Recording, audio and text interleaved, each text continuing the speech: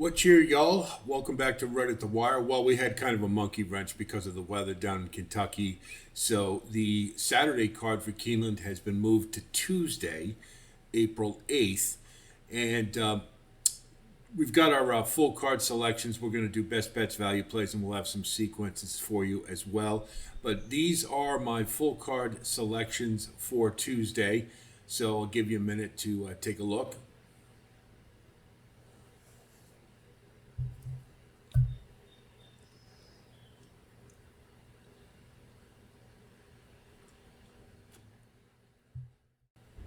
Okay, so here are our best bets and value plays for the card. The best bet of the day is got to be Tip Top Thomas in the third race. This horse was pretty damn impressive at 2 years old with a really nice Champagne Stakes. And I think for Todd Pletcher, this one is should be ready to roll. And I really like this one, so we'll go with Tip Top Thomas as the best bet at 2-1. It's a tough race, but I think this one will has just shown a lot of grit. I've always liked this horse, so we'll make our best bet.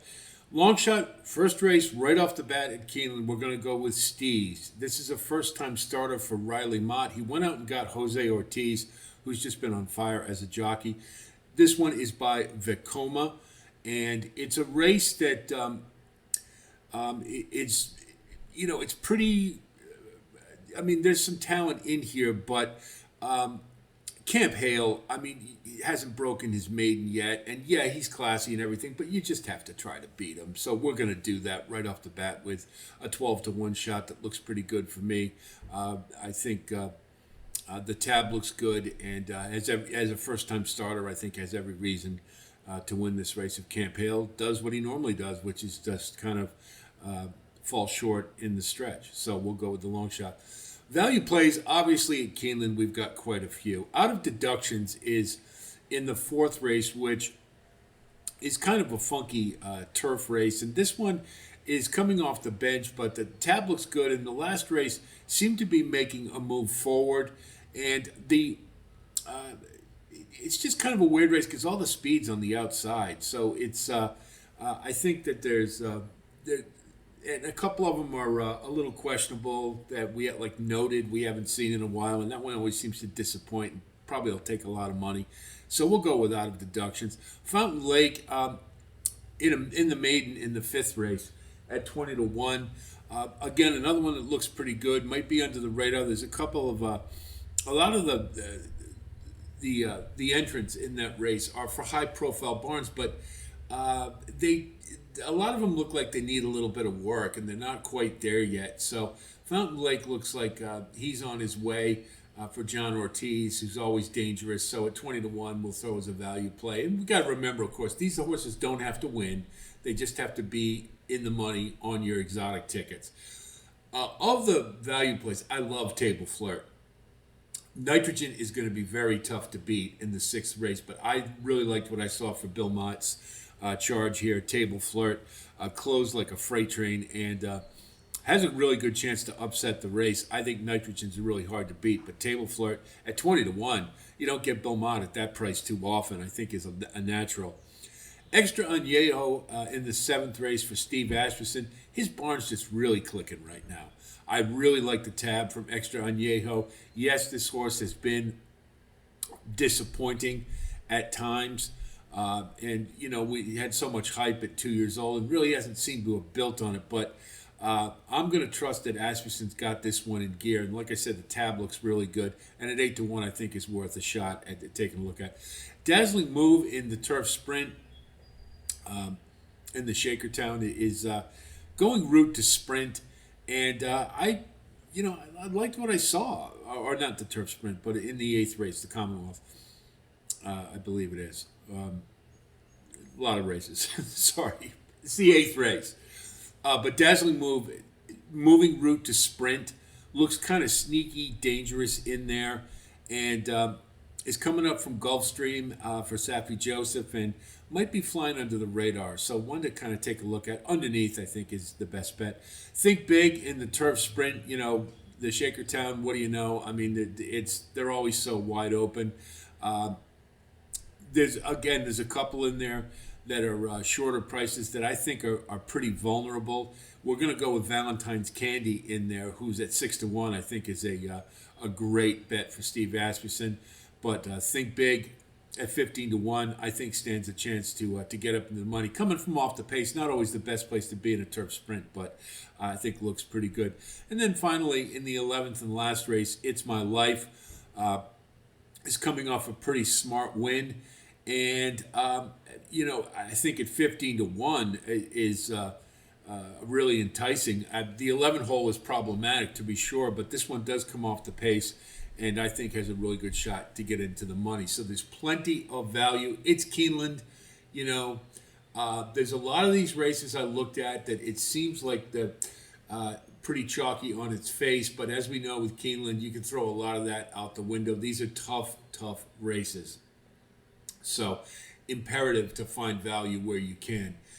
For the doubles, as I always say, I like to do doubles when I have a single, and I'm going to build everything around Tip Top Thomas as well as the pick threes. So races 2 and 3, we're going to go 1, 9, and 12 with the 7.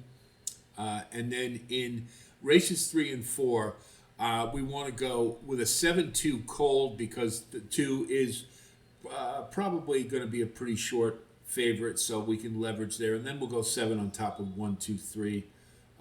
Or 7 with 1, 2, 3 in races 3 and 4. Pick threes, again, building around Tip Top Thomas. We're going to go with we get our long shot home in the first race. Then we're looking pretty good. Then we'll have 1, 9, 12 in the second and Tip Top Thomas anchoring in the third. We'll also do a couple other pick threes with races 1 through 3 with 2. That's Camp Hale. We'll throw that in there. If he does get home, he'll be pretty short with 1, 9, 2, 12, and 7. And then finally, we'll do another saver with 3 and 8.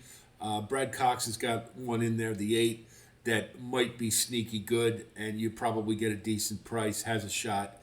And then we'll go 3, 8 with 1, 9, 12, and 7.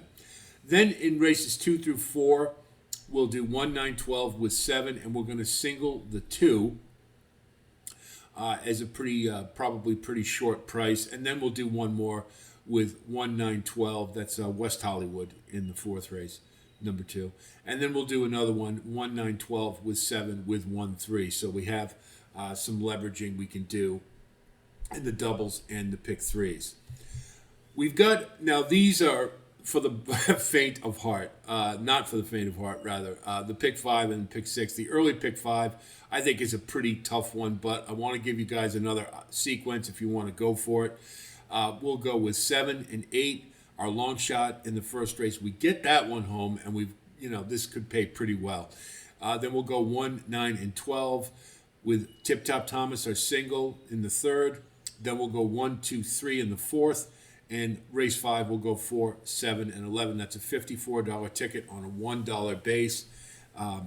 And I think there's some prices in this one. So if we can get it home, it might pay pretty well. The pick 6, it's Keeneland. You've got to, it's really hard to find 1 or 2 selections for each race. But if you want to go for it, you've got to spread because it's Keeneland. So race 5, we're going to go 4, 7, and 11. Race 6, we're going to go 1, 8, and 10. We're going to single Montalcino in the Commonwealth. I think is a really good bet. Almost made him the best bet on the day. Number 2 in race 7. And then race 8, we'll go 5 and 8. Race 9, 1, 4, 5, and 11. The Bluegrass Stakes, we're going to cut it down from 3, 4, and 6, which we did, incidentally, in our All Stakes Pick 5 sequence that we have a post out there if you want to take a look at that. We're just going to go with 3 and 6. We're going to go with Burnham Square or Chancer McPatrick. I think they're the most viable options in there, and it's a pick 6, so we've got to find a way to cut a little bit. And then finally, in race 12, we'll go 1, 2, and 11. The 2 in there for Steve Asmussen, Risk It, is another one that if the price was a little better, would have been a value play. It's 6-1 in the morning line, but is another one that's sort of been a bit disappointing. But again, it looks like, Steve Asmussen, the work tab looks good. It looks like he may have this one going, so we don't want to exclude. And then our other play, It's My Life. You've got a short price favorite, likely with Cherie DeVoe in the one hole. So we'll go 1, 2, and 11 there. It's a $432 ticket on a $1 base, and it is a $1 minimum at Keeneland. So again, it's Keeneland, right? And it's just a tough card. And so we'll just if we go for it, that's what we're going to do. And it's a lot more than I normally like to spend on a pick six, but for Keeneland, I think you have to. Nothing ventured, nothing gained. So there are all our selections for Tuesday's card, and I hope this helps you with your own wagering strategy for the day. And again, if you do like content like this, of course, please like and subscribe. And again, thanks so much to all of you who continue to grow the community. Love the comments. Keep those coming. That's really been a boon this year. I really love seeing all the input from you guys, and I really appreciate it. So keep it up. We may have Friday's card for Keeneland's Friday card that got moved to Monday. Possibly we'll put something together for that. No promises. We've had a lot of content this week. I was hoping to get something for Aqueducts, but I just don't think it's going to be possible. I'm sorry about that.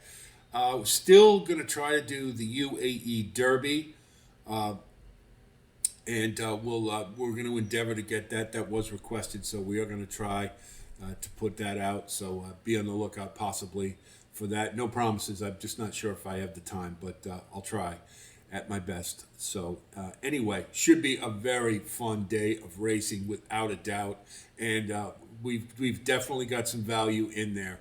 And with a price or two coming home, it makes for a great day. You don't have to win as many races at Keeneland as you do at other tracks because of the prices. It's kind of like Turfway, where you might normally get 4 or 5 home on an average day. If you get 1 or 2, consider yourself lucky. So we'll roll the dice and we'll hope we can score pretty well. We did very well at Gulfstream last week. We had 8 winners, and including our long shot play, as well as a couple of overlays as well. So it was a really good day of racing, and if we could replicate that here, I mean, good God knows how much we'll score. So we'll try.